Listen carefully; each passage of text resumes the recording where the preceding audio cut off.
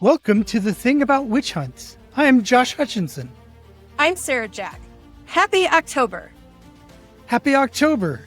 The season of witchcraft interest is here, and we are ready. Your weekly dose of witchcraft just got turned up a notch for October. We begin October with a look at a wonderful new debut novel that's topped the Amazon charts. It's about the first woman tried for witchcraft in Massachusetts. Spoiler, it wasn't Salem. The First Witch of Boston is the new historical fiction novel by Andrea Catalano.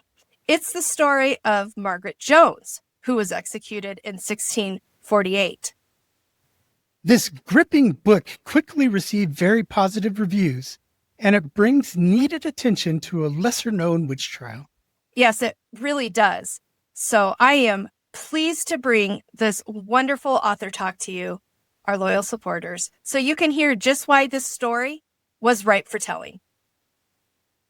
Welcome to the Thing About Witch Hunts podcast, Andrea Catalano. Today we get to talk with you about your new novel, The First Witch of Boston. Please tell us a little bit about you and your work. Thank you. Thanks so much for having me both. I've really enjoyed your podcast for quite a while now, so it's really nice to be here. So my book is called The First Witch of Boston, and it is a fictional narrative of Margaret Jones, who was the first woman tried and executed for witchcraft in the Massachusetts Bay Colony in 1648. It's written from two points of view. The first half of the novel is written from her husband Thomas's point of view. He was also arrested on charges of witchcraft and sorcery, but the charges didn't stick, and he was soon freed afterwards. So the first half of the novel is told from his point of view. And the second half is from Margaret's point of view, and that's mostly detailing the trial. And as you both know, the only primary source we have on the trial is based on John Winthrop's personal journal. Since he was governor at the time and was one of the 9 members of the assembly, he served on the trial as a judge. So we don't have any court records of the trial that have survived. So all we have is his basically retelling of the trial, all of the charges that were brought against Margaret Jones and how it proceeded. So yeah, that's the basis for the novel. And then I filled in the blanks with both just historical fact and my imagination. So there we go. The First Witch of Boston is, from my perspective, it looks like it's a great success. You have 12,000 reviews on Goodreads already. Very highly rated. I've seen it in the top seller lists on Kindle and Amazon books. How does it feel to have such success with your debut work? It's pretty wild. I'm not going to lie. Like most writers, this is a labor of love for the most part, and you just put your work out into the universe and hope for the best. And it's a lot of rejection and a lot of closed doors. And so everything just seemed to align, like the stars aligned, or whatever you want to say. That's maybe what they would have said in the 17th century. And it's just been, I've had a really fortunate experience with this book. It seems to have really taken hold of people's fancy, their imaginations. I think that timing wise, the fact that here we are in late September and October is upon us, everybody loves to read a witchy book at this time of the year. But I also think that the stories of witchcraft and witch trials and witch accusations, I think, are evergreen. I think that people are fascinated, just super curious as to how it all could have unfolded. It just seems to modern Western readers, it seems like so foreign and so much as something in the past. And they want to know how something so crazy could have unfolded, such injustice. So I think those are the reasons probably why, that would be my guess as to why it seems to have really taken hold of people. Yeah, I just think that, and maybe also because it's about a witch trial that took place 40-something years before Salem. I think most people, when they think witch trials, they think Salem, of course, for obvious reasons. Not many people are aware of the fact that there were trials that took place in America before that. They might be aware of the things that happened in England and Scotland, maybe, but So I think the fact that it was something that happened before Salem in America, it catches people's imagination as well, their interest. Yeah. Congratulations. Thank And you. did you pick her story because of the era? What was it about Margaret Jones that you picked her? Couple of reasons. First, I guess I should give a little bit of background as to how I even came across her story. I did my master's degree in 17th century British and American history. My master's dissertation was called Seeking and Following the Indentured Servant in Massachusetts Bay Colony, 1630 to 1700. So while I was doing research for my dissertation, that was when I stumbled across the story of Margaret Jones, like in the probate records, and saw it mentioned. And of course, that immediately caught my imagination and pulled me out of the work I was supposed to be doing. Started researching Margaret Jones and just thought the story was fascinating because John Winthrop, who was a very interesting person on many different levels, seemed to really have a fixation on Margaret Jones. He dedicates quite a bit of time in his personal diary to talking about her trial. So that in itself was interesting to me. I'm like, why would this one woman like really be so, of importance to John Winthrop? Like, what was it about this trial? What was it about this woman that really seems to have preoccupied him? Also, when you read his account of the trial, he really seems to speak about her with a lot of disdain. And so that, of course, caught my fancy as well. Like, what would cause him to have such a reaction to this woman? So yeah, I came across her story as a grad student, thought it was really interesting, and thought, okay, someday I'm going to come back to that. I'll research it again someday, maybe do something with that story, maybe write the novel I've always wanted to write. So I put it aside.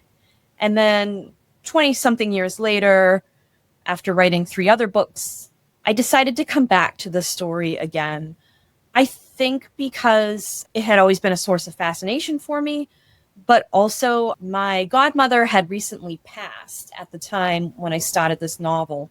And I was inspired to write about a woman who was very unhindered by social norms and was outspoken and really kept true to herself. Somebody like who my aunt was.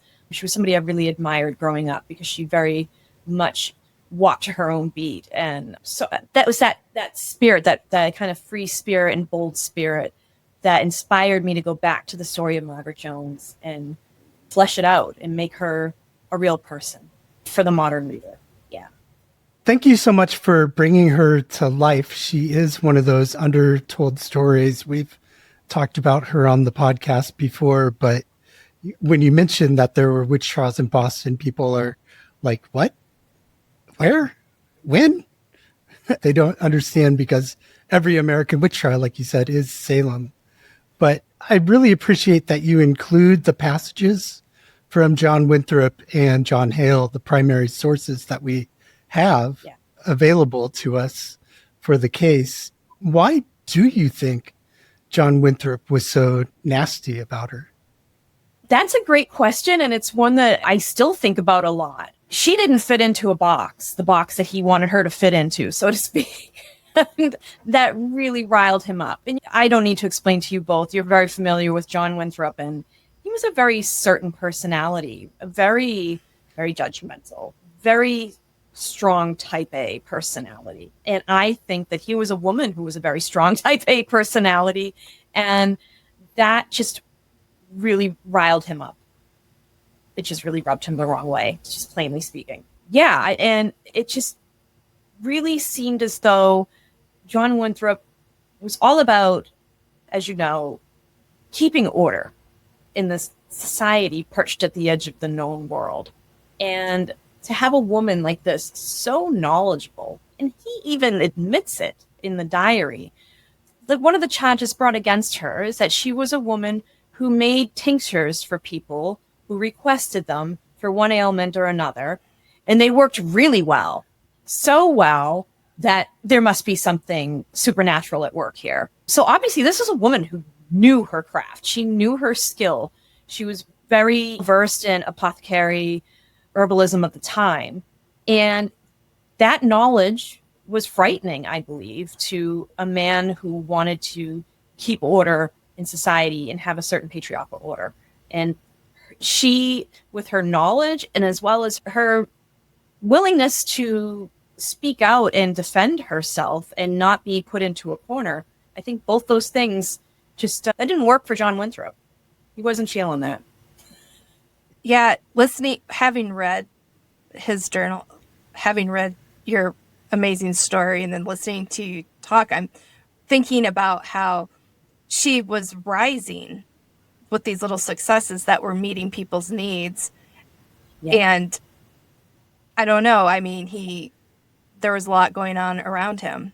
His own family had losses. So, yes. Yeah.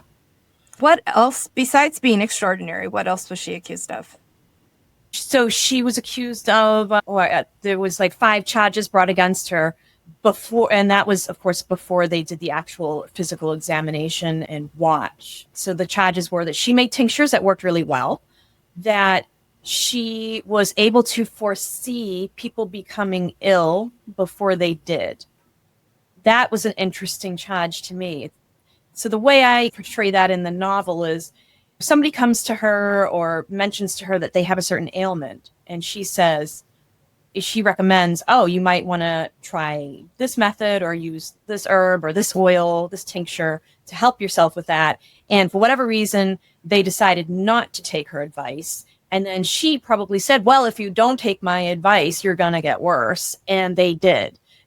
So then that was a charge brought against her, that she could foresee people becoming ill. And so in my mind, that's how I pictured it to be, rather than it being some supernatural kind of intuition at hand. I do believe that there are some people who work in healthcare who are intuitive about people. They can sense what it is that's ailing them, or just observe what's ailing them before the person speaks about it.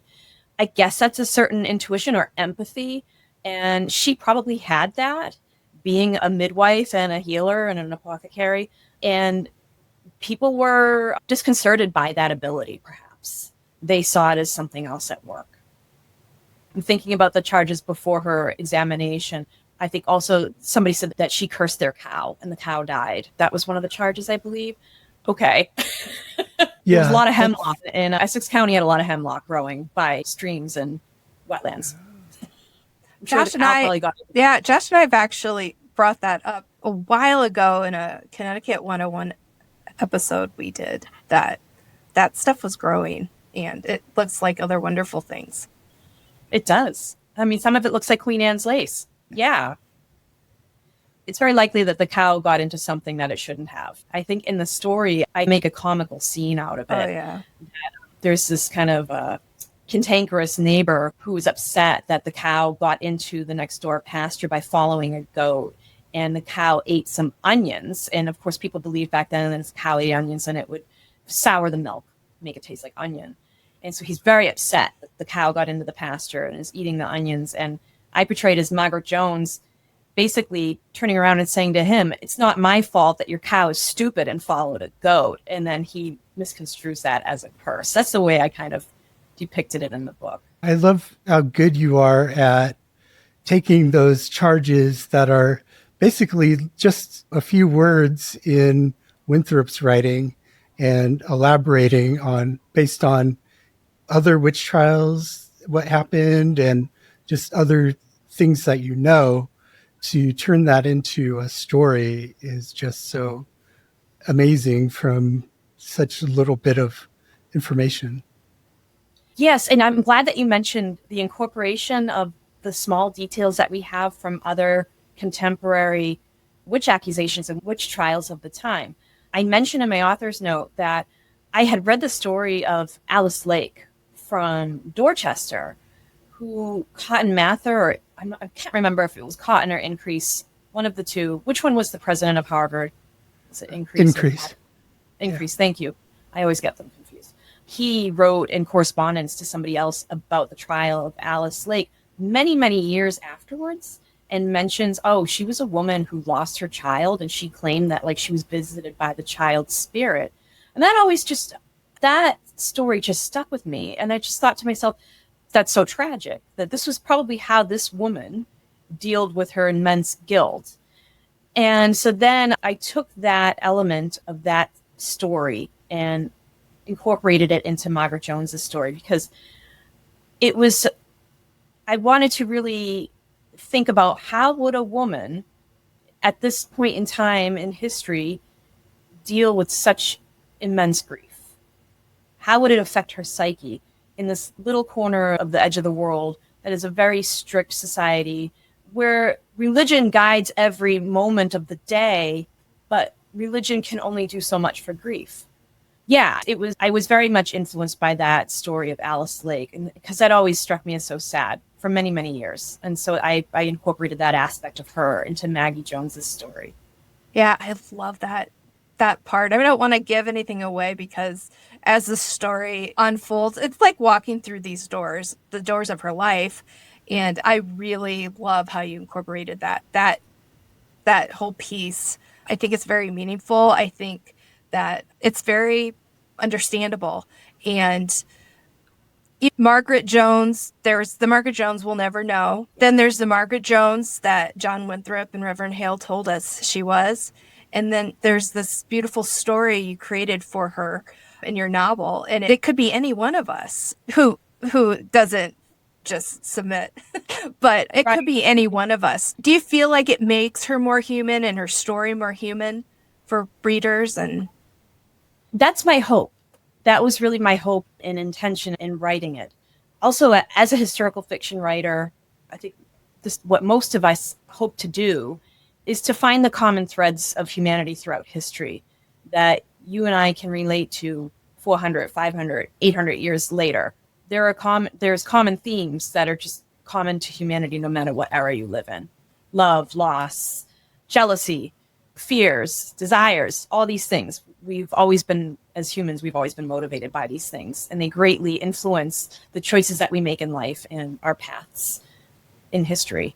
So yeah, I really wanted to show Margaret as an imperfect person, like all of us are, very human. And I wanted people to be able to step in her shoes or Thomas's shoes to see what it would have been like to live in a society that was so easily manipulated into thinking a certain way. And I think that's a common thread as well that we still have today in some way. Yeah. Yeah, I love that you pointed out how timeless and evergreen this kind of story is, because witch hunts really reveal to us a lot about ourselves and what are our fears and what drives us to take action against those fears. I really wanted to show, that was one of my aims with the novel, was to show that these, not just Maggie Jones, but my assumption would be that most people charged with witchcraft obviously were innocent. That's a given. But I wanted to show that they didn't just bow their heads and acquiesce.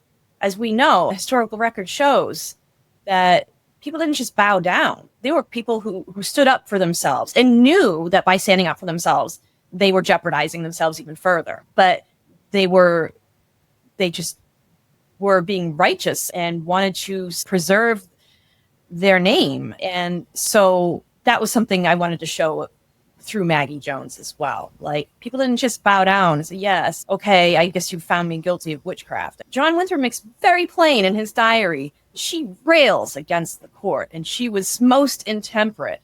So much so that on the day that she was executed, a great storm went through Connecticut and felled many trees. He's likening her rage to being a force of nature, which is awesome, but like ridiculous at the same time. So I really wanted to show that this is a person who would not back down, despite knowing the fact that she was in a corner and there was no way of getting out of it. She was not going to back down. She was going to go down fist flailing, so to speak, going down fighting. Yeah. She fought for her innocence and was brave before the court to battle to keep her name clear, like you said. She has not been exonerated by legislation like the Salem convicted people have. Do you feel like she needs to have her name cleared? Yes, I think all the women preceding Salem like in Connecticut. Was that a year or two ago that they were exonerated by Connecticut court? Yes, there seems to be no reason otherwise. I did actually look at the change.org petition. I was looking at that recently, and there's only about 2,000 something signatures. I don't know, maybe I need to use this moment that I've got to push that out there more, and I'll link it on my social media, because I was actually shocked to see that there were so few signatures on this petition. I think most people wouldn't agree that these women need to be exonerated. Is there anybody who would be like, I don't think so? I would hope not. I don't know. Who knows? Yeah. Thank you so much for bringing up the petition. I'm just going to give the short link for that while we're talking so people can go look right now if they want. And it's change.org/witch trials. And that gets you to the petition. And there'd be 8 names that would be cleared through this proposed resolution. And those 8 did get convictions out of Boston. And Margaret, of course, was the first. Yep. Right. I'm glad you knew it to share it. Thank you.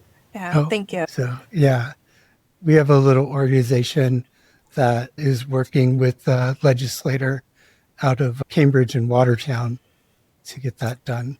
Yeah, Steve Owens proposed that, and author Marilyn Roach is one of his constituents. So he proposed that for her, for the accused, for her. So right. We got to get it through the committee, though. That is the trick. The General Court of Massachusetts made that real difficult all these centuries. Maybe not that committee, but this century, they haven't necessarily felt compelled. So more signatures will show them that people are paying attention. And we know she was innocent. And yeah, let's fix the record that John Winthrop has set for her. Turn it around. I think we can do this. Do this. Yeah. It's interesting that the rep is from Watertown. He represents Cambridge and Watertown. There's 2 characters in the novel, Samuel and Alice Stratton, who were living in Charlestown at the time of Margaret Jones's execution, and not long after moved to Watertown, and they were considered founders of Watertown. So that's ironic or coincidental. And Alice Stratton also was accused of witchcraft about 3 years following Margaret Jones's execution, because she was constantly defending her best friend's name, which to me is like, if that isn't the true definition of the ultimate best friend, I don't know what is. That she just went to bat for her friend even after she was executed, knowing that she was risking her own life and safety by doing so. So interesting to me to see that. That was very interesting when I was going through the records in Massachusetts Historic Society to see the handwritten record of Alice and Samuel Stratton being fined by the court for slandering the court by saying that they had the blood of an innocent woman on their hands. And they were fined by the court. And it was so amazing to see that in the written record, the actual written record. And then a few months following to see that they were written up again for not paying the fine. And that was the part I loved best. I was like, can you just picture them? They're like, oh, yeah, sure, we'll pay the fine. And then they're like, we're not paying that fine. I love it. That is true friendship to the end. If we could all have friends like that, right? I just love how you portray her personal relationships, how strong these bonds are that Margaret forms in your work are just such an important part of the story. Yeah, and having had at least 4 grandmothers that found themselves in court, like Margaret Jones. Mary Hale was in Boston, and she was accused, and she was known for her apothecary treatments as well. And so what I wanted to say was, on this relationship thing, I haven't read every book that's out there that portrays a witch trial in New England, but some of them that I've read don't really go into the court situation, because, man, that is hard. Maybe it was, I don't want to say it was hard or not hard for you to write, but I can't imagine what that was like, putting yourself in her shoes, although it was you raising your voice for her, giving us her court voice. But on the relationship side, when people came in, Margaret had the shred of hope, or you really show that she was hopeful that someone would put their foot down, that her friends would be there for her. And there were ones that you thought were going to have her back. They don't. And then yet there were other people who stuck their neck out, like Alice, and then others. I just think that was a really important aspect. I think all these little details you did really, really help us understand the fears and the anger and the guts that she had going through this alone. And she possibly wasn't the first one in Massachusetts to be tried. We don't have all the records, but It's true. It's true. what if nobody had? And she was the first. So to be going through that, it's really hard to think about what that must have been like. And especially going into the examination, the witch examination, which we know did happen because John Winthrop details it. And also that is the only surviving court document. The constable's record does mention that the woman lately accused of witchcraft will be watched for 24 hours. That is a surviving constable's record. So we know it did transpire, I believe, like May 18th was what it was dated.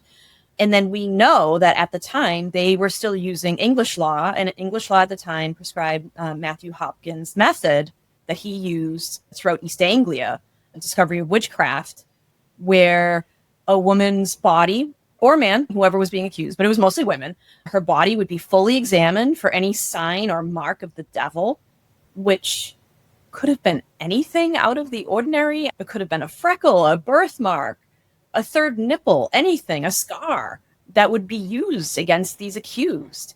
And then they would be watched overnight, and they would not be allowed to sleep. They had to sit cross-legged on a floor, and they were watched the whole night through to make sure that one of Satan's imps or Satan himself didn't come and visit them to suckle upon her witch's teat or whatever it was.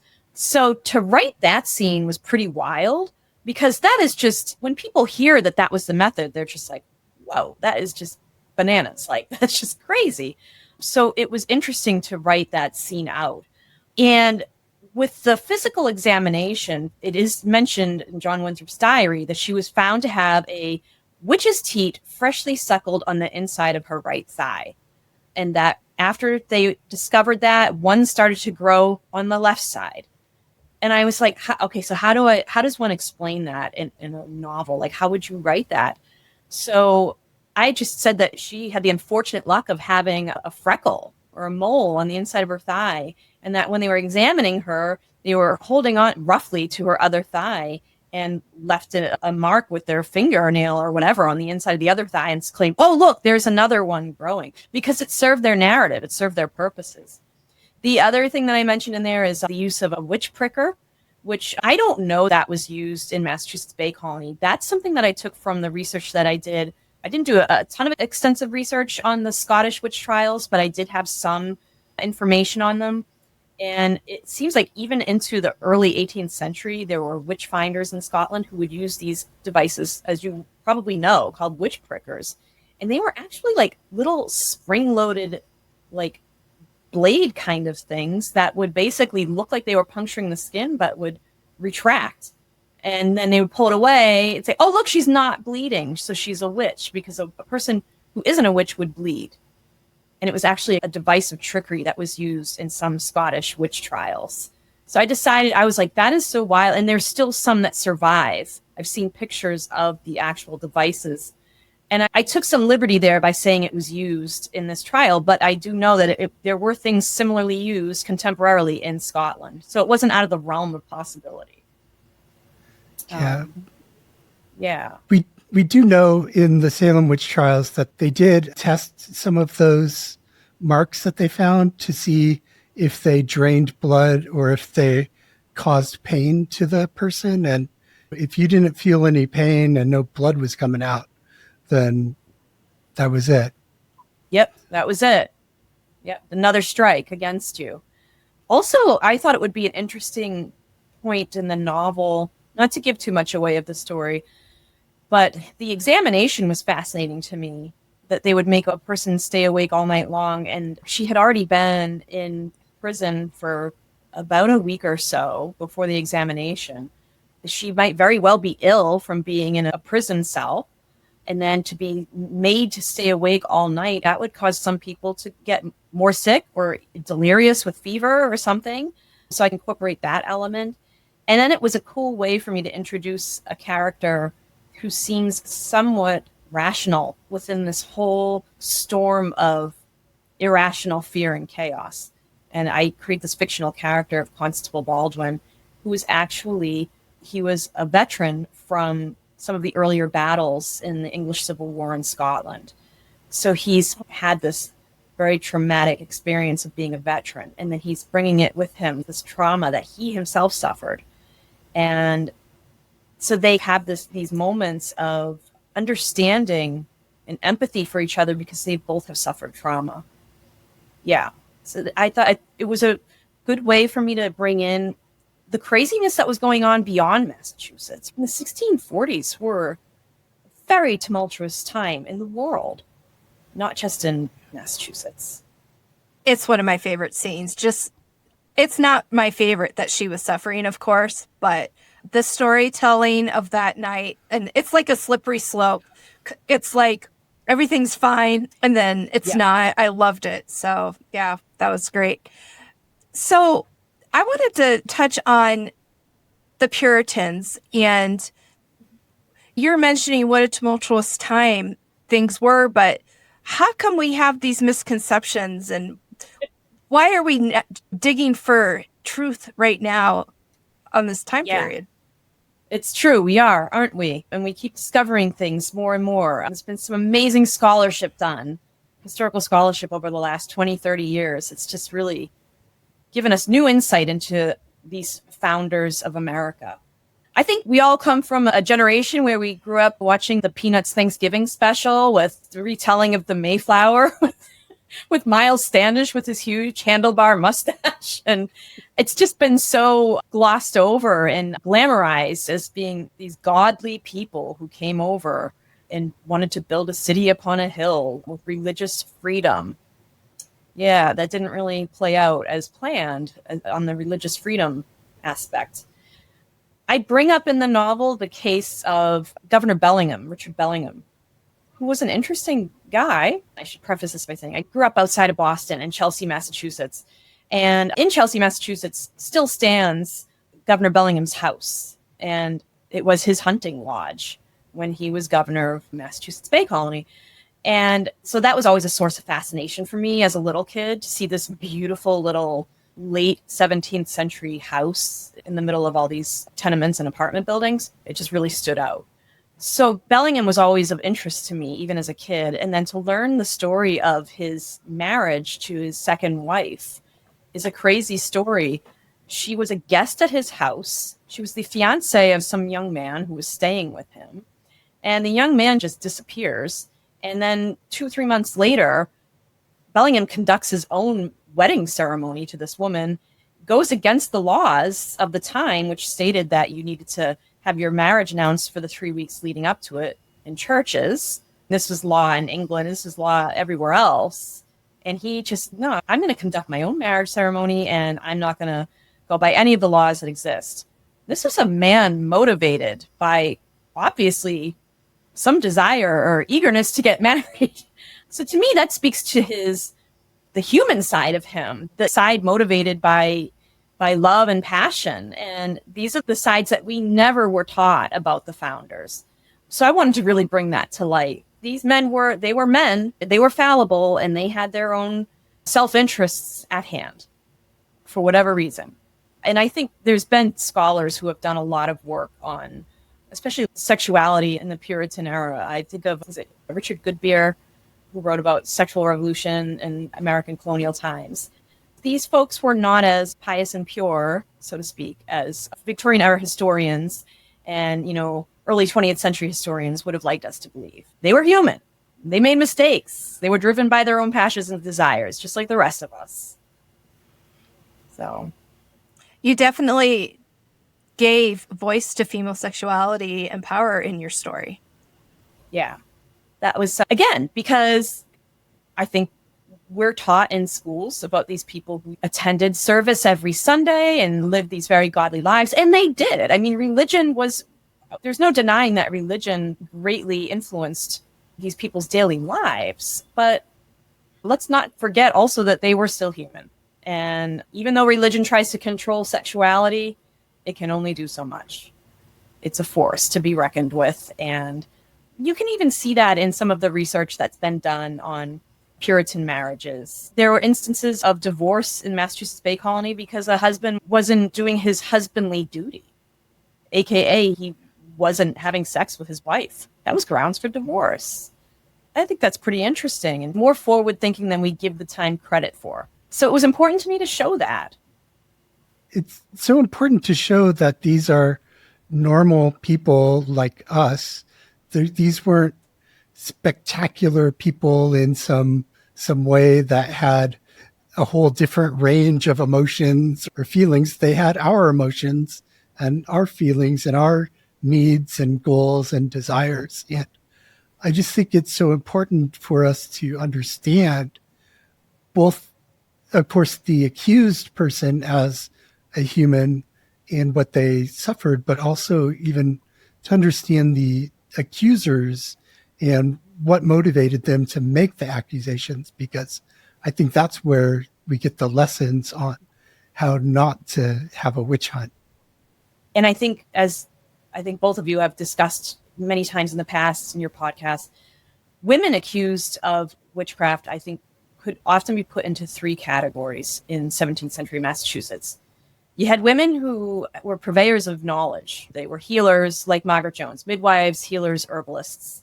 They were women who had a lot of knowledge, and that was seen as a threat. They didn't fit into the order of things because they had this knowledge. And then you had women who were outliers. They were homeless or perhaps emotionally unstable or destitute. They didn't fit into a neat box either. And then thirdly, and probably most importantly, as you well know, wealthy widows were seen as a major threat in Massachusetts Bay Colony because they weren't under the control of any man. They didn't have a husband, they didn't have a dad to tell them what to do.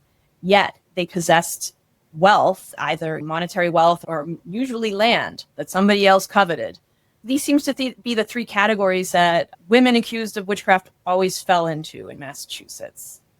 And so I guess I bring that up because you mentioned what motivated people to be accusers.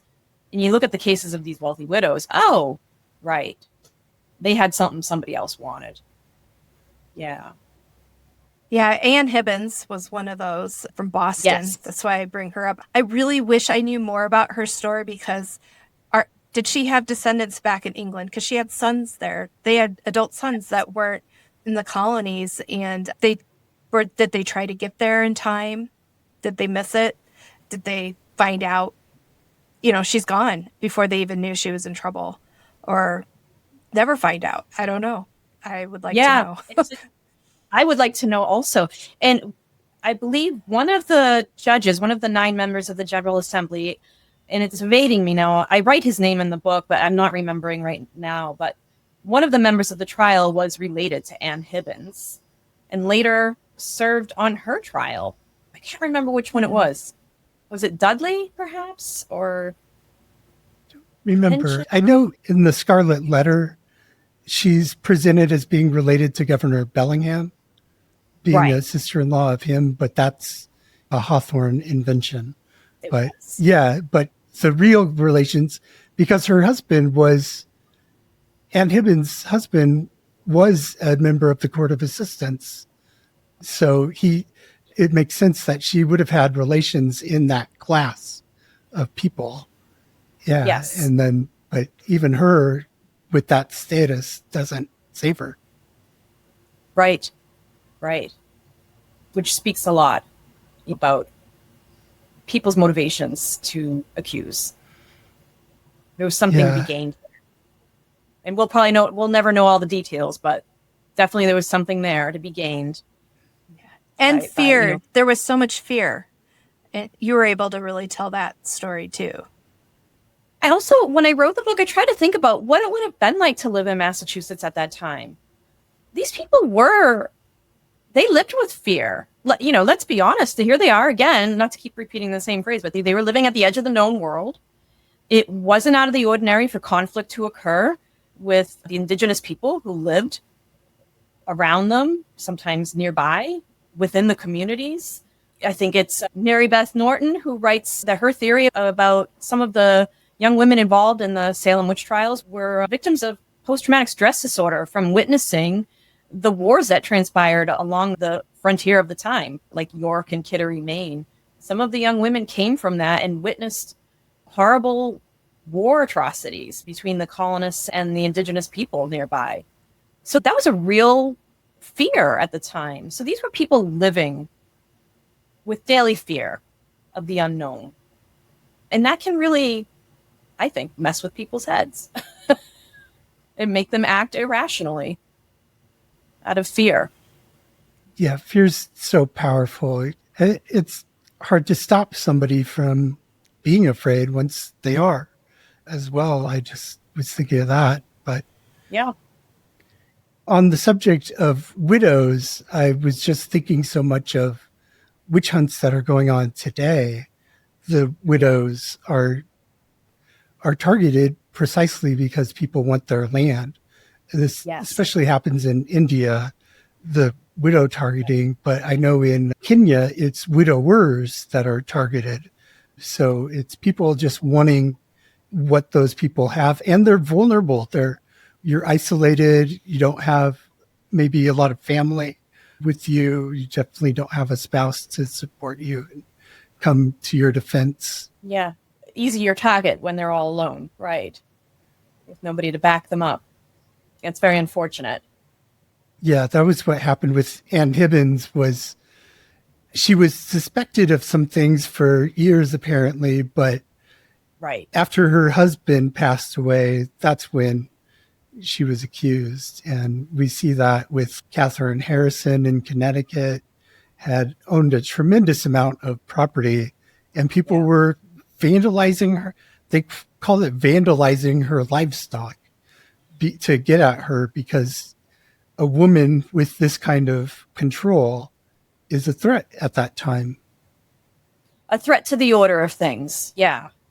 Yeah. And I when I discuss, the fear factor with people, like we were just saying, it was a very real fear that they lived with on the daily.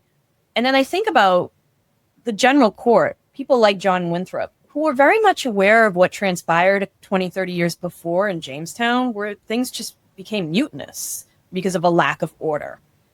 And the idea of having order was religious. It was, and it was. Like, it was something that was vital in his mind, in their minds, to the survival of this community, was to have order no matter what, at whatever cost, to preserve the order of things. It was a safety mechanism. Yeah, I think that's a good point, too, because sometimes we get the idea that these colonial witch hunts were hysteria and everyone just suddenly they're all at her door banging it down and dragging her out. But they were even really orderly about the process of convicting a witch. Yes, they were. Although most women accused were not allowed a lawyer or a barrister, which is interesting, because in other cases, accused were allowed barristers, but not when it came to witchcraft. Yeah, you had to defend yourself, and the judges were supposed to act as counsel to you, to give you advice, but they were clearly on the other side in all of these witch trial cases. They had their own biases baked into the process, Yeah, absolutely. Yes. Well, thank you so much for this book. What's next for you? Well, first of all, thank you so much. I really appreciate that. And I'm so glad that you both enjoyed it, especially knowing your knowledge background. It's very nice to hear that coming from you both, that you enjoyed the book. But coming up next for me, I do have a book coming out in late March from Lake Union. It's titled The Lacemaker's Fortune, and it's actually set in an entirely different setting. There are no witches involved or witchcraft accusations. It's set in 1879 New York City, and it's the story of a young Irish immigrant woman who works in a factory making lace. And her life collides with two very unlikely men, and then they all travel west to Leadville, Colorado during the silver boom of 1880. And craziness ensues. up at 11,000 feet in the wild west of Leadville, Colorado. It's really an immigrant story at its heart. And again, I feel as though it's important to tell those stories right now, given the current climate. Yeah, I'm really looking forward to that book as well. I love stories of the West. I'm in Arizona, Sarah's in Colorado. So Leadville, that's something that we both know about. So that sounds pretty amazing as well. Crazy history in Leadville. I lived in the Denver area for 8 years and was very much involved with Rocky Mountain Fiction Writers. It's a great organization. So yeah, lots of little trips up to Leadville to get a sense of things when I was researching. So yeah, that's what's next. Was there anything else that you wanted to speak to before we wrap up? No, I think we covered quite a bit here. Yeah. Yeah, which is great. This is really a great conversation. Thank you both so much. Welcome. I do hope, and again, I want to say before we end our discussion that everybody should check out the change.org petition. And I'm going to actually link that to my social media because it's a little bit shocking to me. Again, I went and I figured there'd be a couple 100,000 signatures. And I was like, holy cow, so few signatures. And I think that maybe when people read my story of Margaret Jones, they'll see the injustice involved and how the fact that these are still people who are not exonerated will motivate them. Alice Stratton would sign this petition too. Alice Stratton would have gone out in front of the State House in Massachusetts with a sign and she would have shouted it as loud as she could have. So yes, agreed. It's very true. If you enjoy diving into the social history of Halloween, then our podcasts are definitely going to deliver what you're looking for this month. Be sure you are subscribed to us. It's free. Wherever you enjoy podcasts, so you get 2 doses of Halloween fun every week. But that's not all. We're not new to this season, and you can enjoy our previous 2 years of October episodes now, which were chock full of fantastic guests, culture, history, holiday, and myth spooky morsels. And there is still more to enjoy because we have a free live webinar October 26th before the candy. Get those details at endwitchhunts.org/events. Will you join us? We have more witch trial content for you on The Thing About Salem, which brings a different aspect of the Salem witch trials to you every week. That's at aboutsalem.com. We look forward to chatting with you at patreon.com/aboutsalem. That's free, and Josh surprises us with fun extra goodies every week. I do. Have a great today and a beautiful October.